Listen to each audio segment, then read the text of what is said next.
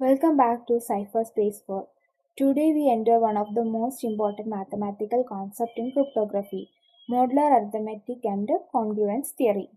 This is not just mathematics for theory, this is the actual mathematics that protect online banking, password, secure messaging, cryptocurrency, and internet communication. Think of modular arithmetic like a hidden engine running behind an encryption system. Modern cryptography depends on numbers behaving in a special cyclic way, where values wrap around instead of increasing forever. And this idea becomes the foundation of RSA's Diffie-Hellman digital signature and secure communication system. So let's begin. First, let us understand why modular arithmetic matters. Normal arithmetic keeps increasing forever. For example, 1000 plus 200 becomes 3000, then 1000 plus means 4000, and it is continuously increasing. But cryptography cannot allow the number to grow infinitely.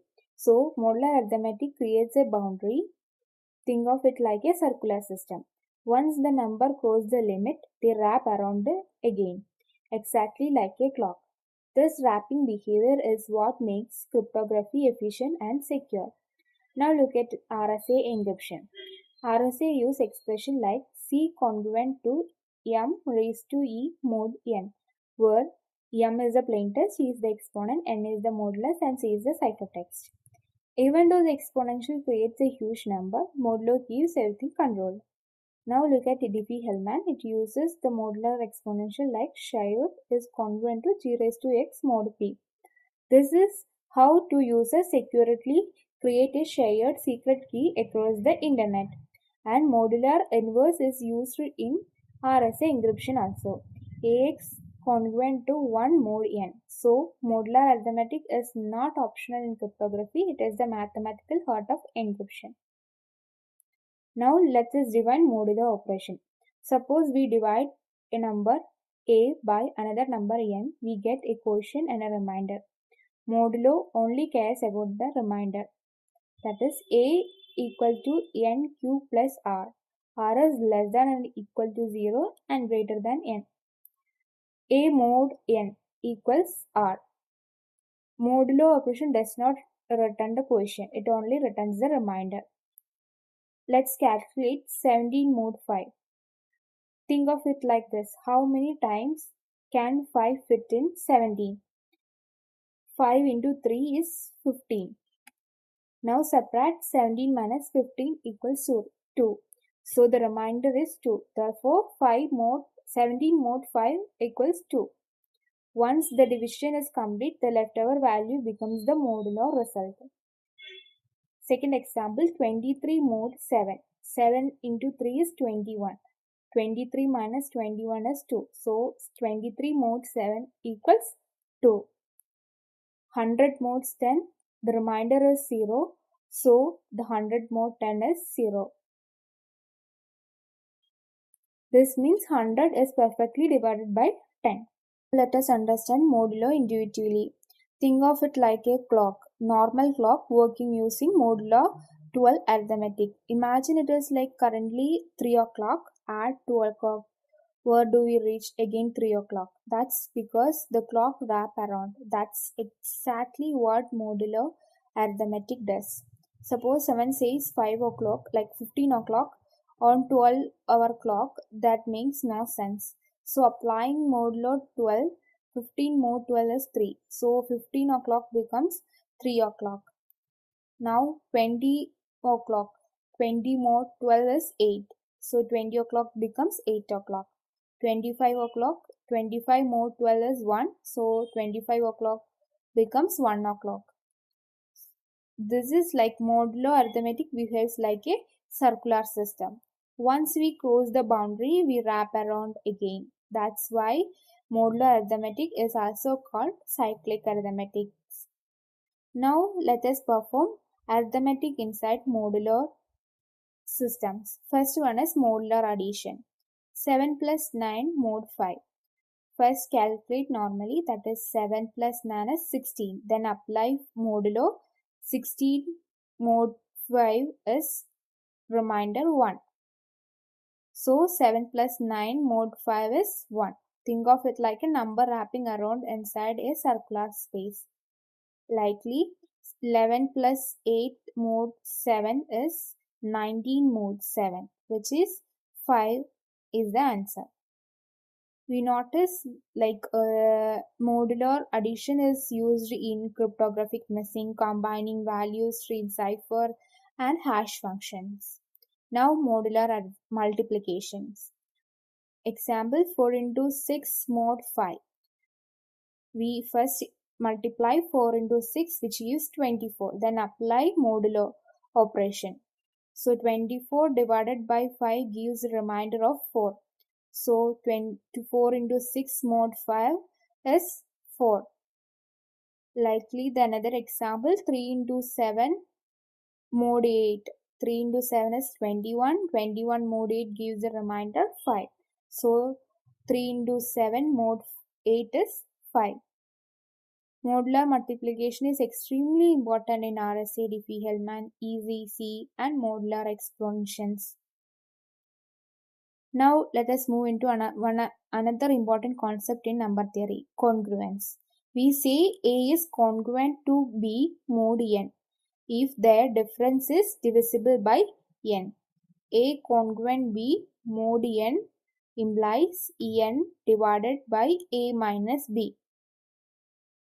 This is the formula. Think of congruence like this. Two numbers may look different normally, but inside modular arithmetic, they behave exactly same. For example, 25 congruent is 1 mod 12. That is 25 minus 1 equals 24. And 24 is divisible by 12. Therefore, 25 is congruent to 1 mod 12. So, under modulo 12, 25 behave exactly like 1. Likely we have another examples which comes under 12. We 37. 37 is also a 1 congruent to 1 mod 12 because 36 is divisible by 12. So 37 is congruent to 1 mod 12. Let's take another example. 20 is congruent to 6 mod 7. 20 minus 6 is 14. So 14 is divisible by 7. So 20 equals 6 mod 7. Now let us study the property of congruence. These properties makes modular arithmetic extremely powerful. First one is addition. A congruent to B mod n, C congruent to D mod n implies A plus C congruent to B plus D mod n. This means we can safely add congruent numbers. Property 2 multiplication. A congruent B mod n implies AC congruent to BC mod n. This means multiplication preserve congruency. Third one exponential. A congruent B mod n implies A raised to k congruent B raised to k mod n. This property is the foundation of RSA and Diffie-Hellman. Now we reach the most important operation in modern cryptography, modular exponentiation. For example, 3 raised to 4 mod 5. First we calculate 3 raised to 4, which is 81. Then apply mod operation, that is modulo 5. 81 divided by 5 leaves a remainder of 1. So 3 raised to 4 mod 5 equals 1. Another example, 2 raised to 7 modulo 11. 2 raised to 7 is 128. 128 mod 11 gives the remainder of 7. So 2 raised to 7 mod 11 is 7. Think of it like a one-way mathematical machine. Easy to compute forward, very difficult to reverse.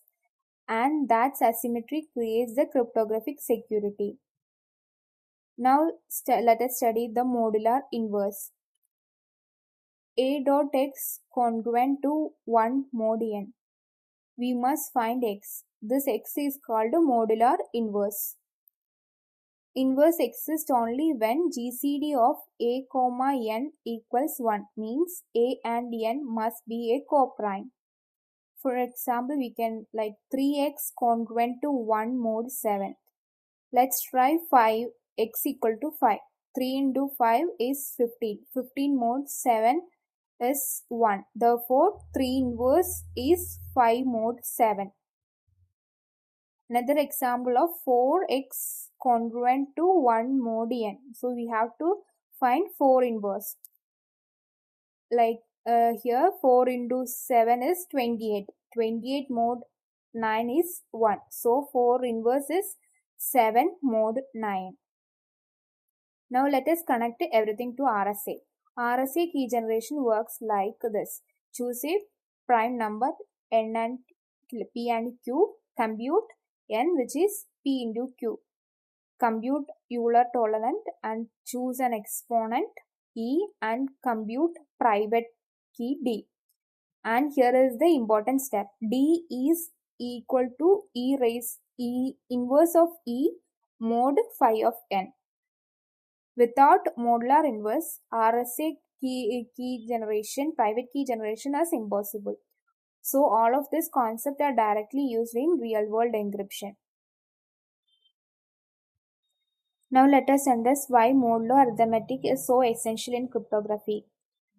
Modular encryption system works in an extremely large number, sometimes the number with thousands of bits. Without modular arithmetic, those calculations would become impossible to manage. So modular acts like a control system that keeps number bounded. Imagine trying to calculate a gigantic powers continuously without any limit. The number would explode in size very quickly. So first step is keep number manageable, but modular arithmetic wraps the value around a fixed boundary. Because of that, RSA is safely working 2048-bit number while still remaining computationally feasible. Another this one-way function.